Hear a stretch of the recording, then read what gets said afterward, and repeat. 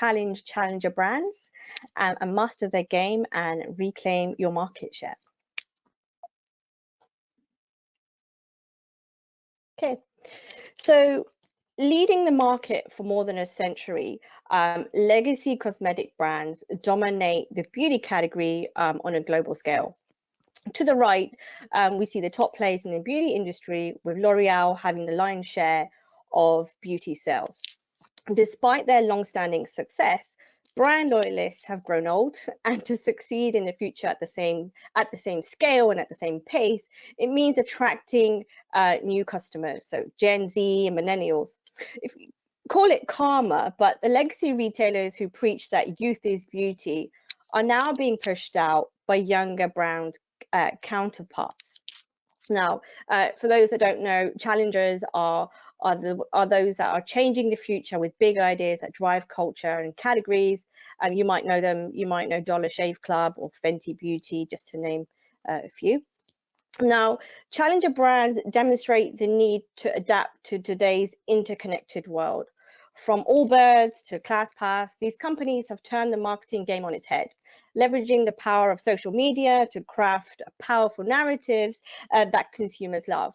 Now, challengers have clear visions of the future, and they aren't afraid to use storytelling to bring those visions into reality. Essentially, no matter the vertical, challenger brands put storytelling at the front and center of what they're offering. Now, according to Adweek's recent survey, marketers rated the ability to craft narratives as a single most important characteristic for success. Now, challengers are relentlessly committed to creating emotional, lasting relationships with customers, which they achieve through powerful personal stories. Now, when it comes to understanding the success of challenger brands and the kind of the success that they enjoy, it's important to note that the evolving landscape of beauty and its shoppers. They want more choice, they want more transparency. You can see here, 69% of Gen Z shoppers are willing to spend more on beauty products with natural and clean ingredients. 71% want cruelty-free products, and 79% are willing to have brands that are representing more colors and skin tones. Now, variety and transparency seems to be the new norm. It's not enough to make 50 shades of foundation and only sell the dark ones online. Now, consumers demand better and fairer retailer shopping experiences for everyone. Now, Fenty Beauty is a great example of challenging the icons, such as L'Oreal, in presenting a more expansive assortment, but also of how diversity in beauty is being represented online. And you'll see there's color swatches on different skin tones, and being a person of color, it's so difficult to understand how a bright pink lipstick is going to look on me versus my friends in school. Now, as a result of entering the job market, millennials and Gen Z have become the drivers of the cosmetic business. Now, when it comes to understanding where consumers shop for beauty products, Amazon's success yet again in another CPG category is no surprise. Now, consumers cite the convenience of Amazon's website, easy navigation, service, Prime membership, as the main reasons why they choose Amazon over Walmart. Now, it looks like from the graph here that price-savvy customers would tend to go to Walmart to look for those beauty products. Now, in the US, offline shopping still rules, luring in a whopping 81% of market in stores.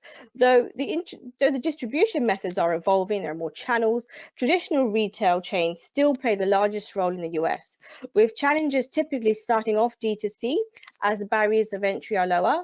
They then start to transition into more in-store retailing, be it flagship stores such as those that you see at Glossier, or through retailer partnerships that they see the advantage in offering an immersive customer experience that e-commerce simply cannot deliver.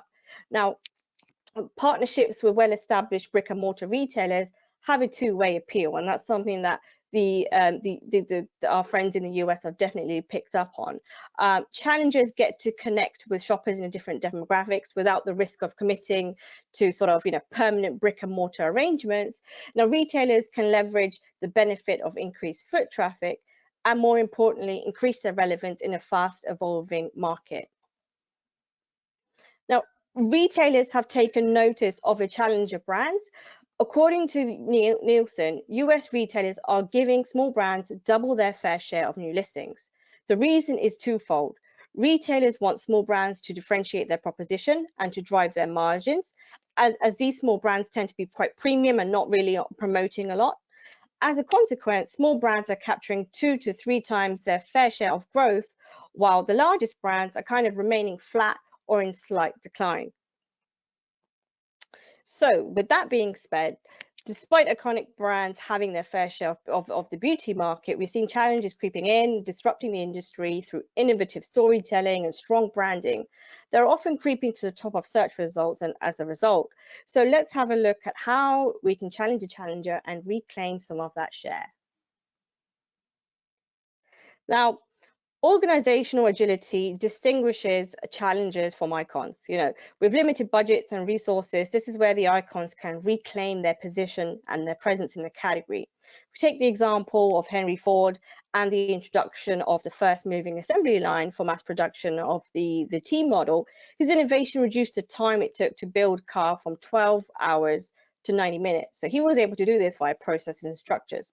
Now, what do established brands need to do to compete in this challenger environment? They need to learn from the challengers, reinventing themselves around a point of conviction, right? Something that you believe in, and turn that conviction into new behaviors and actions by leveraging strong foundations of process and scalability. Now, what might this reinvention look like? Firstly, it's about change at the product level, and understanding how your brand is performing against these challenges on the digital shelf is a start. Now, to help brands plan and execute an effective e-commerce strategies, we've developed an easy to follow framework, and it was devised to help brands identify, implement, monitor, and improve tactics to ensure that products are easy to find, easy to understand, and easy to buy in key online retailers. Now, the strategy firstly helps in involving in establishing the relative importance of each of the key success criteria. So, and which categories and which markets they want to compete. What does it take to win on skincare on Walmart? Can I just plug and play the content that I'm producing on Walmart because it works so perfectly on Amazon? Or do I need to design a specific Walmart execution strategy that will help me win my content, and win the conversion on Walmart? Now, measuring and gap closing is one of the most important things that brands need to kind of continuously do. Now, if you want to improve something, and measure it on an ongoing basis, right? Monitoring will identify daily gaps versus expectations. Now, the entire process is all about testing and learning. Brands measure, learn, and improve as they execute to optimize their presence and performance. And ultimately, that's going to them, help further increase on your online sales in collaboration with your retail partners. Now, in order to drive and execute the e-commerce strategies, they hinge on a number of essential success criteria, which can be broken down into these sort of sales and marketing fundamentals. You might call them the CARS framework or ACEs, but they essentially act as anchors for measuring the perfect store performance. Now, we've broken down what the fundamentals which fundamentals matter by category. And you can see in beauty is very much content driven. The kind of KPIs should also be set to what matters in the category. So, do we have an underpinning strategy on how to measure lifestyle images and the number of images and the precision of color? So all those things. And when we take a look at the beauty category, the brands that we work with place more importance and weightage on the content KPIs for specific retailers. Now, if I know sales are stronger in skincare on Walmart and my makeup line works better on Amazon, I'd like my framework to be flexible and dynamic enough to weight each retailer to reflect that. So this is clearly not a one-size-fits-all category, therefore my framework should not be either. actionable frameworks help you prioritize in the execution, as in the end it's only the strategy that the shopper sees, right? If your product pages aren't pretty enough, that's going to be really good, that's going to really be impacting your conversion. Now, with an average implementation score when brands start out with us at just 37%, it's a good use case to bring the digital shelf performance measurement on the management radar. If you're comparing challenges to iconic brands, the data shows challenges as providing stronger brand experiences online. These guys are pretty good with their content. Now, if we have a look at some of the beauty clients that we work with, there's still quite a long way to go. Now, the reason for this is because of how brands approach their content strategy nowadays. Now, when looking at how brands create content and SEO strategies for their online assortments, we've noticed that there's a common theme amongst how brands we work with. Now, content and digital media assets are typically designed in the form of brand books for Amazon and brand guidelines, and pushed to other retailers and adjusted for those capabilities within that retailer. Now, here's an example of content performance in Amazon versus Walmart, and you can see that Amazon performing better than a Walmart because obviously the criteria to measure success is heavily skewed to what good looks like on Amazon, not a Walmart. So when in actual fact, the approach to content should not be identical, as we know product cards are different, so strategies should be too. We know bullets and Amazon are indexed on search and the number of images supported on Walmart and Target are greater. So why measure them the same? So just a screenshot example here, you can see, what it takes to win on Amazon with this very, very long title versus the Target example, which is very, very simplistic. So it's about, thinking about your strategies, knowing, keeping in line, what are the actual retailer capabilities that you need to then be able to push to be able to understand, what your strategy should look like. Now, which means it's not just about identifying what to measure, but also thinking about reframing your brand architecture. Challenges start with a blank sheet of paper. Established brands carry the baggage of history. Now, we might not be able to ignore heritage, but brands can use this as a launchpad for reinvention, right? Brands can signal change powerfully by confronting consumers' existing perceptions, right? I love this textbook example for showcasing lipsticks in every shade from L'Oreal. But when we know, that this type of content is not really fit for today's consumer, and, being a person of color, I want to know, what does the lightest shade of lipstick look like, on my lips? Now, Fenty's breakthrough in success stems from originality as they redefine, propagate, and revolutionize the challenges expression, which instills a powerful and imaginative expression of their vision, kind of the thing that the iconic brands need to really aspire and look to doing. Now, measuring what matters is, one of the key to identify the differences in capabilities between the retailers. Amazon gives more preference to product titles and indexes the first 1,000 characters, whereas Walmart focuses on keyword order with much shorter titles being preferred. Now, we've noticed that enhanced content is not a priority for Walmart as today, but maybe something that's we basically predict that this is going to be something that, might be of importance in the future. But if we refer to the category of beauty and we see that, content is the most important factor for driving conversion of shoppers, we know it's not a one-size-fits-all category. And here's an example of challenges versus the icons and how they measure up in the face serum category on Amazon and Walmart. Now, challenges on Amazon focus on longer titles and bullets, rich and compelling content through imagery, videos, and enhanced content. They don't pay so much attention to that section below the fold where it says product description, and they're very much focused on using that space to drive conversion through their rich content usage and really thinking about driving home this brand story. Whereas on Walmart, the challengers are not doing as good of a job with content for driving conversion because there are less images, the review counts are lower, and Walmart lacks capability to support enhanced content. Now, this is where challenger brands struggle in their storytelling.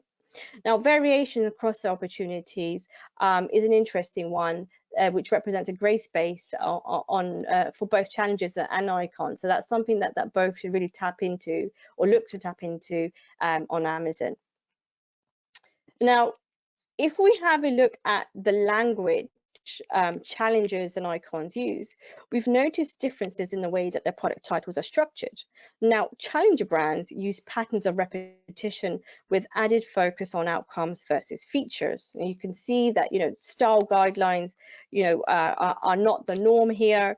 But, if we look at the icons, they emphasize product type and materials, often in line with those brand books and those brand guidelines.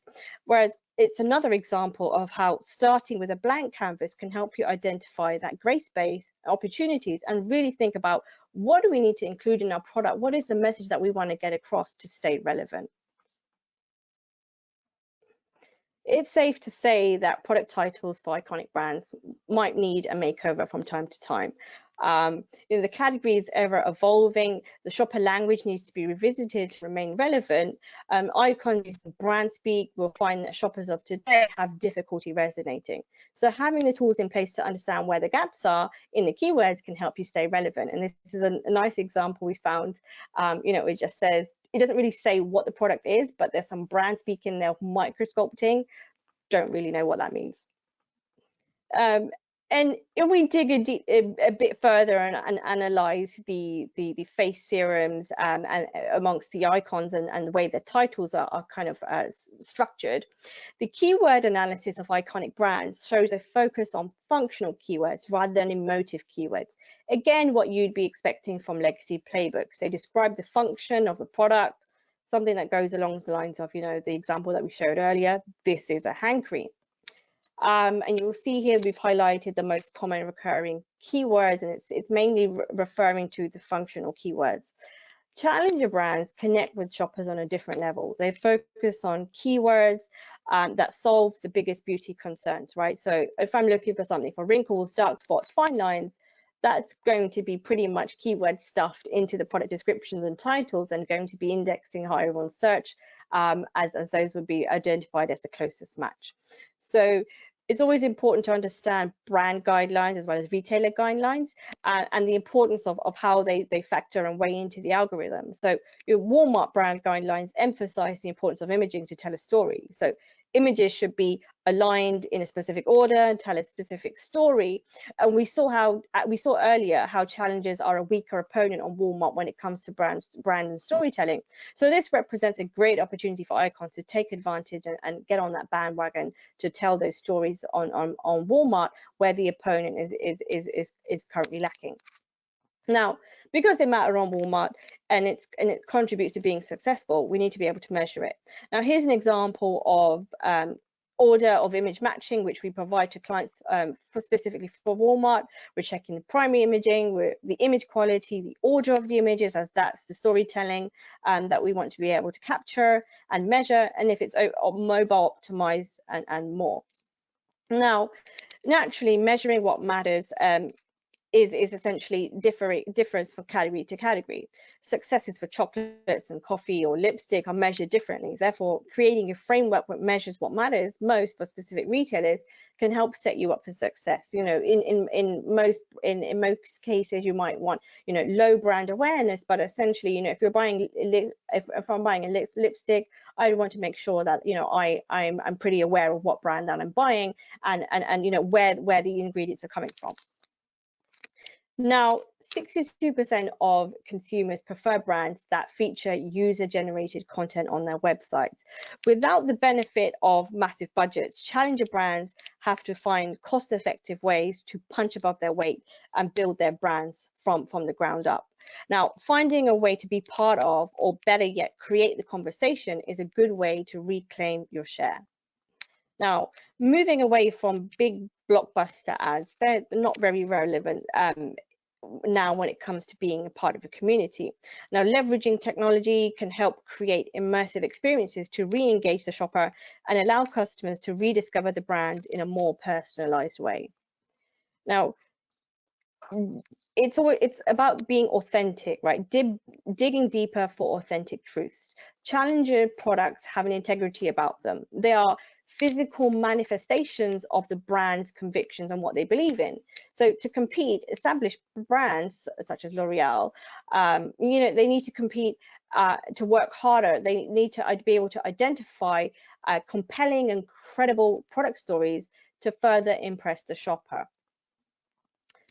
User-generated content and the power of social media is what helps challengers thrive. Sharing before and after images is a powerful conversion tactic, as again, it's focusing on solving a shopper concern. It's not really a hard sell, but it builds trust and authenticity with the brand. Now, established brands are expert storytellers. They've been doing this and carefully orchestrated this for years with their brand books. But consumers now look for more than just stories. They know that actions speak louder than words, and that's why we have these before and after stories. Now, out of necessity, challengers typically build their stories from the ground up. Icons leverage their heritage, brand books, and control the narrative, whereas the shift we're seeing now is that let the consumer shape the storytelling through user-generated content, for example. Consumers of today demand transparency from where the product comes from, to which ingredients are being used, and does the brand serve a social purpose? This is a common theme we're seeing in challenger content being adapted to the new needs of the shopper. And our icons need to be aware of the evolving expectations of the consumer to be transparent across all processes. Now, taking authenticity to the next level. So as we mentioned, user-generated content gives customers a unique opportunity to participate in the brand's growth instead of being a spectator. Now, this influences brand loyalty and affinity in a big way because people thrive off that, right? Being something greater than themselves and allowing user-generated content allows them to be part of the brand's community. The reviews are trusted, which in turn increases conversion, something that challengers are really tapping into and really making it a movement. The key differentiator between challengers and icons is the assortment size and often pricing. Now, where challengers may have one or two hero SKUs in the category, they're not always able to leverage economies of scale. So icons can tap into a cross-selling and growing their share in categories, providing the storytelling and brand convictions are strong. So showcasing value through bundles, exclusives, and complementary products is a good strategy to get the shoppers to explore your brand offering.